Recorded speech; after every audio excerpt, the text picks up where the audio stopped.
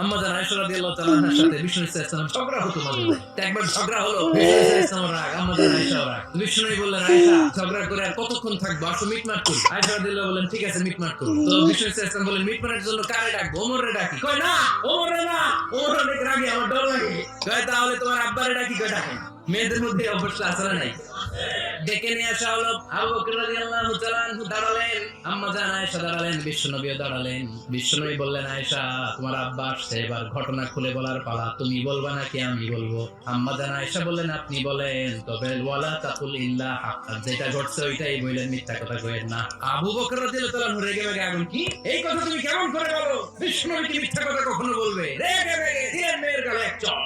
বাবার হাতের থাপ্পড়কে আম্মা জান আয়েশা উল্টে বললেন, সাইয়েদনা আবু বকর রাগে গড়গড় করছেন, আবার মারার জন্য তেড়ে গেলেন। এবার বাঁচার জন্য আম্মা জান আয়েশা বিশ্বনবীর পিছনে যে আশ্রয় নিলেন, বিশ্বনবী বাঁচানোর জন্য দুই হাত মেলে দাঁড়িয়ে